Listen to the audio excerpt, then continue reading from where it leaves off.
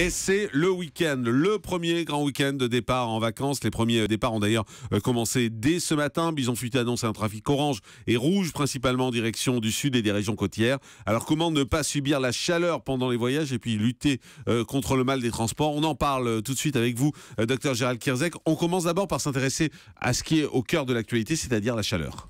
Alors la chaleur, bien sûr, il y aura les conseils pour les enfants qui vont souffrir de la chaleur ou qui risquent de souffrir de la chaleur. Mais avant les conseils de départ, il y a les conseils avant le départ. Et notamment si vous avez une voiture climatisée, c'est la clim qui va faire la différence. Et donc ça veut dire qu'il faut avoir une clim qui soit réglée, qui soit efficace. Aussi. C'est-à-dire changer, qui soit quoi? Propre. Pourquoi propre? Propre, parce que la clim, beaucoup de gens la gardent pendant 5-6 ans. Oui, bien sûr, mais que le liquide soit changé, que ça soit révisé, bien sûr, et que surtout qu'elle soit efficace, cette clim-là, parce que c'est ça qui va permettre d'avoir une efficacité. Alors quand je dis efficacité, ça ne veut pas dire qu'il faut régler, et ça c'est un message particulier pour Jean-Marc, il ne faut pas la régler à 17 ou 18 degrés, c'est-à-dire qu'il ne faut pas la mettre au plus bas des températures. C'est comme dans le studio. Mais oui, parce que c'est là où vous allez avoir des problèmes de maux de gorge, et vous risquez au contraire d'attraper froid, ou en tout cas d'avoir un petit rhume, une rhinite. Donc il faut une différence entre la température extérieure et la température à l'intérieur de l'habitacle qui soit une différence acceptable. Allez, je vous dis 5 degrés entre les deux. Ça vous va? Quand il fait 40, vous n'allez pas mettre à 35. Enfin, non, mais on ne va pas la mettre à 10. Ça, c'est bien les conseils des docteurs qui sont dans la théorie en permanence et pas dans la vie. Je suis d'accord avec vous, Jean-Marc. Je la mets à 18 aussi. Bah oui. Ah bon, non, mais entre 18 et 25, il y a une petite différence. Et c'est vrai que c'est souhaitable de ne pas avoir ce différentiel-là et d'avoir un refroidissement efficace, mais pas à 18 de température. Puis les écolos vous diraient que c'est pas bien non plus de la mettre à 18.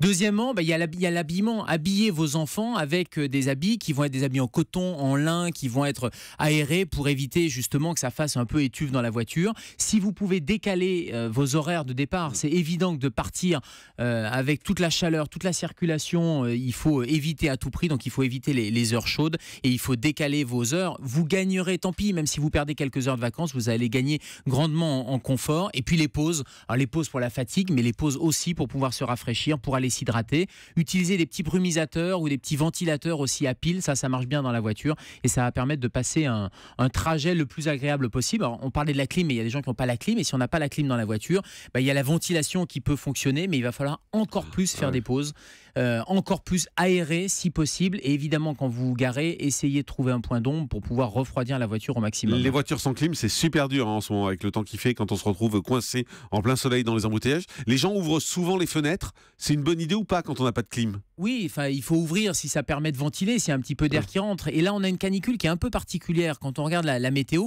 c'est une canicule qui permet quand même de se refroidir un peu parce que les températures diminuent et il y a un peu d'air frais. Donc profitez de cet air frais en aérant si possible l'habitacle. Docteur Richoux. Oui, s'il fait vraiment très chaud et que vous n'avez pas de clim, il faut ouvrir les fenêtres parce que sinon ça fait étuve. Ouais. Et vous pouvez mettre des serviettes mouillées avec l'air, ça va vous rafraîchir. On les met où les serviettes? Sur soi? Sur vous? D'accord. Oui, sur les vêtements?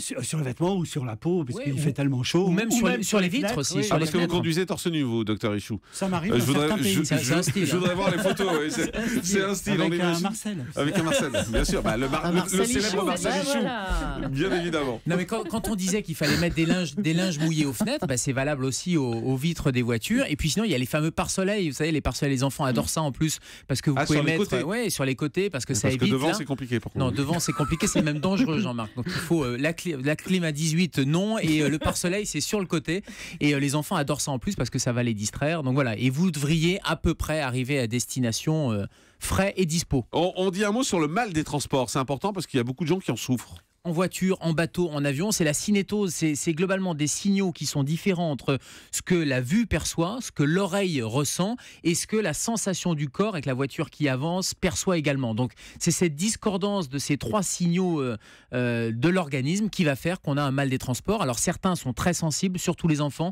pas tellement les nourrissons, mais c'est plutôt les 3-12 ans et puis ça passe à l'adolescence. Et puis il y a probablement des composants génétiques, c'est-à-dire qu'il y a des gens qui sont plus sensibles que d'autres à ce mal des transports, mais quand ça vous arrive, c'est extrêmement désagréable avec tous les symptômes que vous connaissez. Donc il y a des trucs, il y a des trucs qui fonctionnent, il y a des trucs qui fonctionnent un peu moins. Je vous disais la gousse de persil là, s'attacher autour du cou, c'était le seul truc qui marchait quand j'étais gamin. Un morceau de persil là. Un morceau de persil avec une ficelle. Alors, quand vous arrêtez la station essence, c'est vrai que c'est un peu surprenant. Et ça empêche de vomir, ça. Oui, ça marche chez certains enfants. Pourquoi? Parce que ça détourne l'attention, ça leur permet une espèce de gris-gris qui leur donne l'impression voilà, on a fait quelque chose. Mais sinon, il y a des antihistaminiques. Attention, je reprends ce que disait François Chasse, notre pharmacien pharmacien tout à l'heure, les antihistaminiques avec la chaleur, ça peut poser des problèmes, mais les antihistaminiques sont des médicaments qui sont efficaces pour éviter, soit sous forme de comprimés, de suppositoires ou même de timbres qu'on met sur la peau, mais qui peuvent éviter ce mal des transports. Ça se colle 30 minutes à 1 heure avant de prendre la voiture et ça peut fonctionner, mais surtout dans les petits trucs, c'est éviter les repas très copieux.